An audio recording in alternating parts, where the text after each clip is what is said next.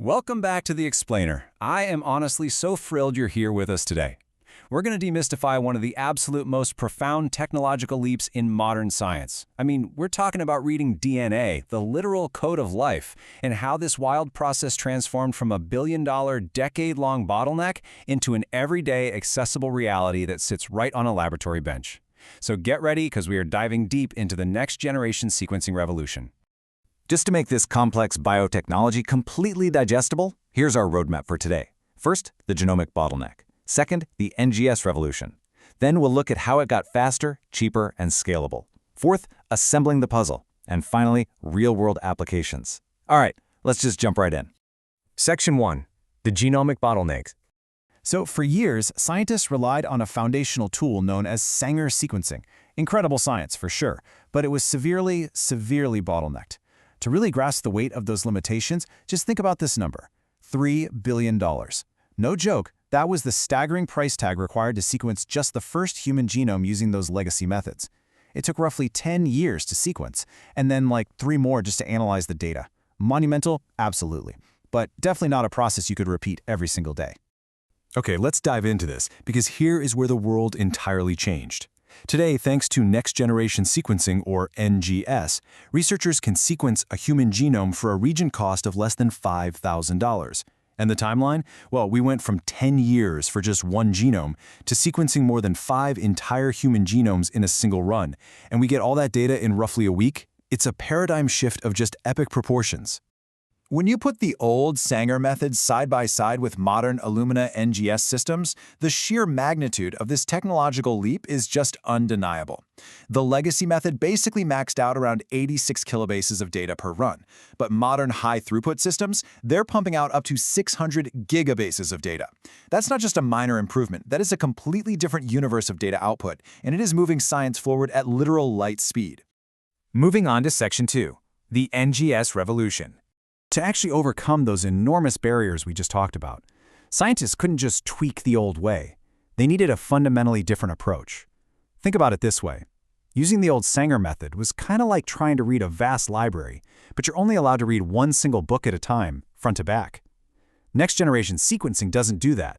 Instead, it tears every single book in the library into loose pages and hands them to a million different people to read simultaneously. It is completely brilliant, and it's what we call a massively parallel fashion. Conceptually, this whole process breaks down into 4 really elegant steps. First, you extract the genomic DNA. Second, and here's the page-tearing part of our analogy, you fragment that DNA into a library of really small segments. Third, those segments are sequenced in millions of parallel reactions all at the exact same time.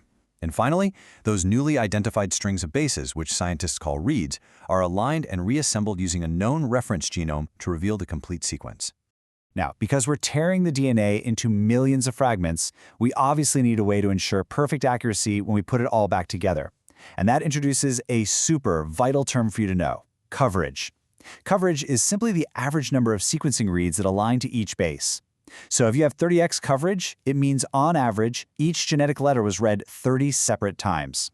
In cancer research, for example, where a mutation might only exist in a tiny fraction of cells, researchers can crank this coverage up to 1000x just to ensure they don't miss a single dangerous typo in the genome. It's incredibly thorough.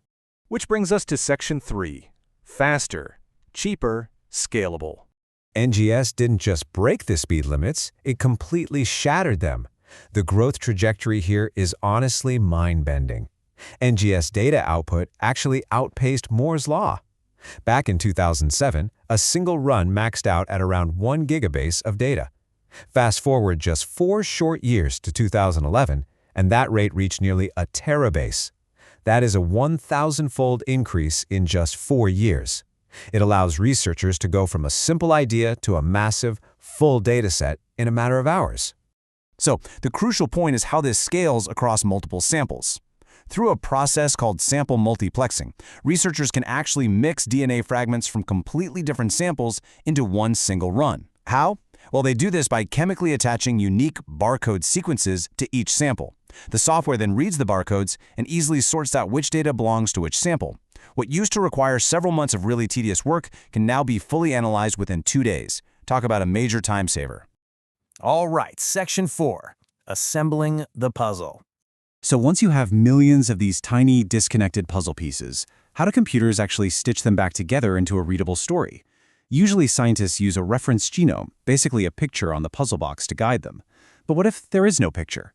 Well, this is called de novo sequencing. For a lot of species or novel viral and bacterial outbreaks, there just is no existing reference sequence available. So the software has to assemble continuous sequences entirely from scratch by finding exactly where the overlapping reads naturally match up.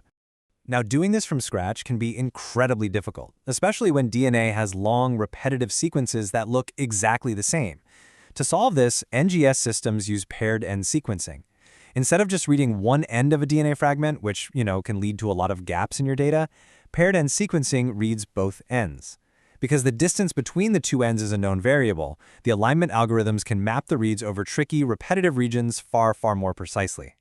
Let's move to and see how this builds into achieving maximal coverage. Scientists will actually combine short DNA inserts with long inserts, which are known as mate pair libraries. The long inserts, which jump distances of 2 to 5 kilobases, provide this massive structural scaffold. Meanwhile, the short inserts are sequenced at a higher depth to fill in all the tiny gaps. It really is the ultimate approach to seeing the entire genetic picture without missing a single piece. And that brings us to our final part, Section 5, Real-World Applications.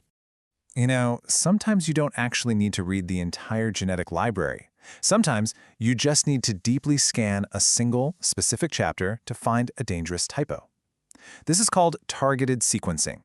By focusing time, expenses, and data storage only on specific genes, researchers can easily scale up to study thousands of individuals.